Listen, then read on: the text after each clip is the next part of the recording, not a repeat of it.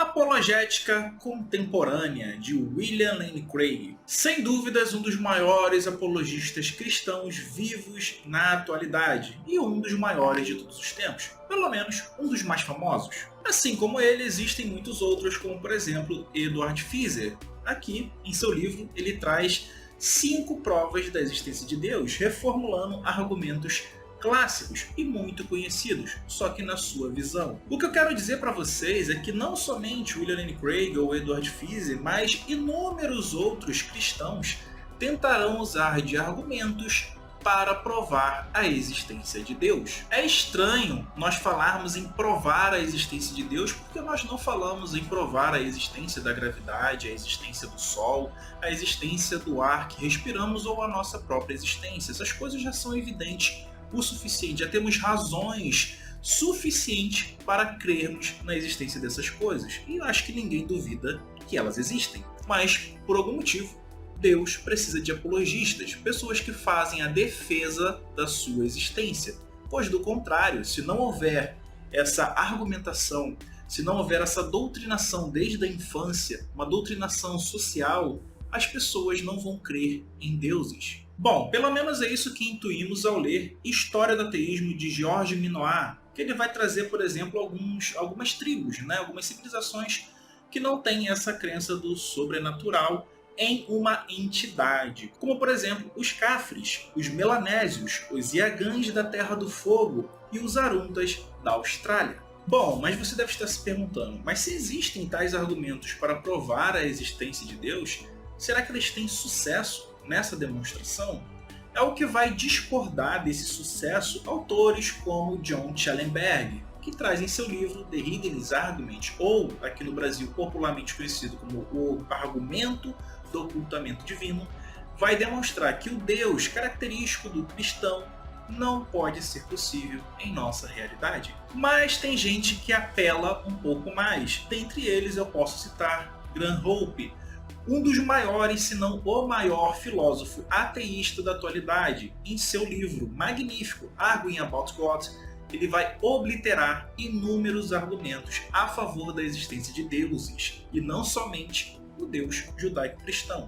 Então é um ótimo material trazendo argumentos contra a existência de divindades. Quando nós vamos estudar argumentos lógicos, como por exemplo aqui, César Mortari, nós entendemos que quando temos preposições que podem ser usadas tanto negando quanto afirmando a existência de algo, nós temos esse argumento como sendo inválido ou fraco, pois ele pode ter um nulificador com a sua forma negativa ou positiva. Tá? As duas vão ser incompatíveis. Como por exemplo, eu posso conceber um ser de máxima grandeza em um mundo possível, ou eu posso conceber um mundo possível que não exista um ser de máxima grandeza.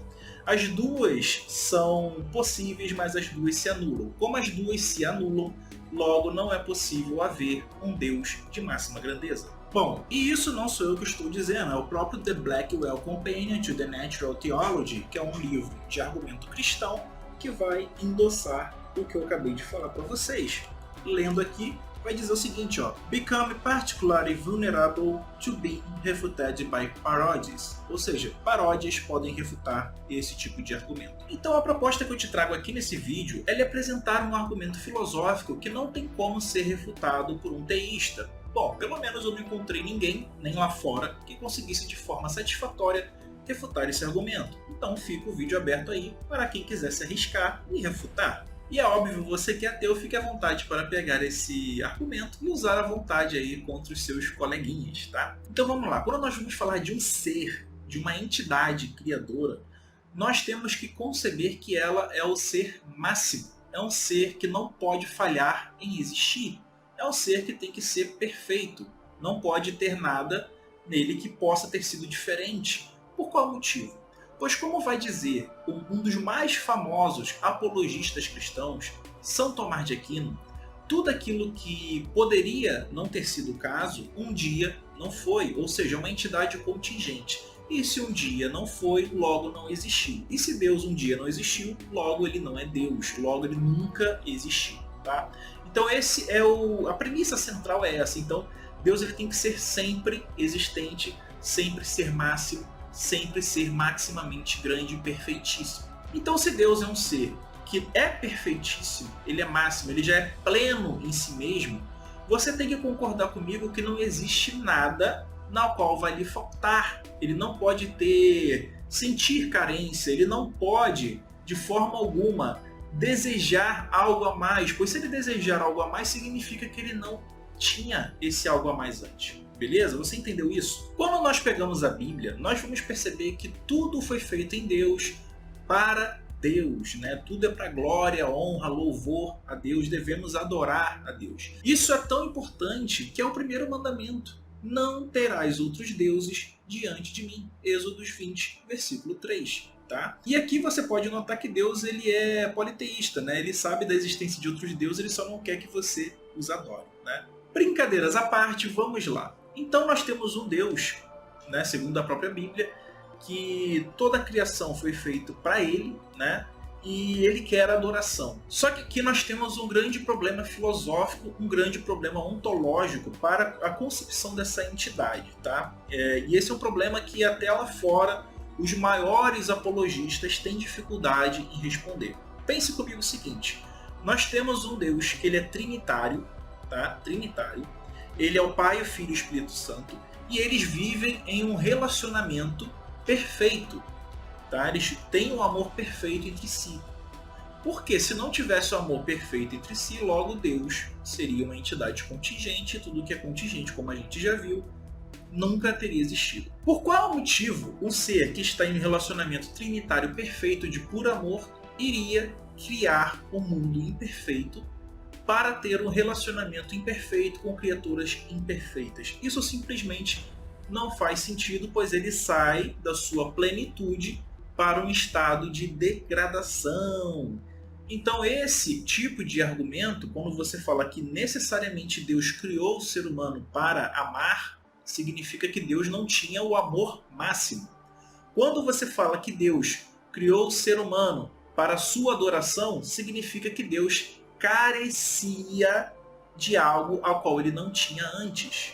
E novamente, como diria Aquino, tudo o que um dia não foi, um dia não existiu. O outro problema é que nós podemos usar o cenário de mundos possíveis para conceber um cenário de mundo possível onde existe uma entidade em que ela vive um relacionamento pleno, satisfatório e que ela não careça de mais nada. Então essa entidade superaria o Deus cristão, o que tornaria a proposição do Deus judaico-cristão mais fraca, mais frágil em relação a essa outra. Por isso que em muitos debates em que eu entro e que eu uso esse argumento, o cristão ele buga, simplesmente ele não consegue responder essa pergunta, porque fica logicamente impossível você achar uma solução plausível para essa argumentação. Nesse caso nós temos um derrotador para o Deus trinitário cristão. Essa argumentação derrota toda e qualquer proposição de um Deus de puro amor que vive um relacionamento trinitário perfeito, que queira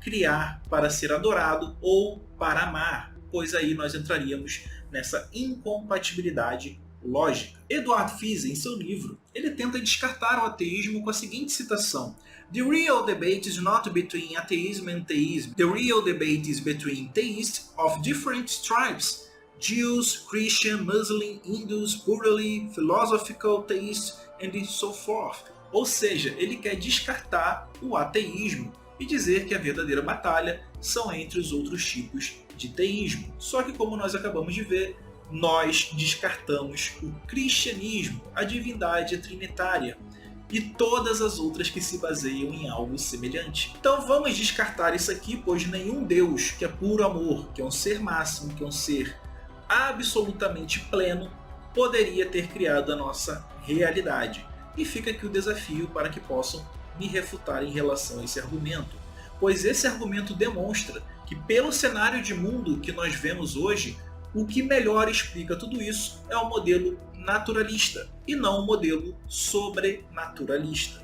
Então está aberto aí o desafio, quem puder me refutar, fique à vontade. Do contrário, bem-vindo ao ateísmo. Um grande abraço a todos vocês, fiquem agora com os membros do canal, essa galera maravilhosa que me permite importar livros como esse do Eduard Fize ou esse do The Blackwell Companion para explorar conteúdos riquíssimos como esse que eu trouxe para você nesse breve vídeo. Então muito obrigado a todos os membros que acreditam e apoiam o meu trabalho e que me fornecem o material suficiente para que eu possa argumentar em cima de tudo isso.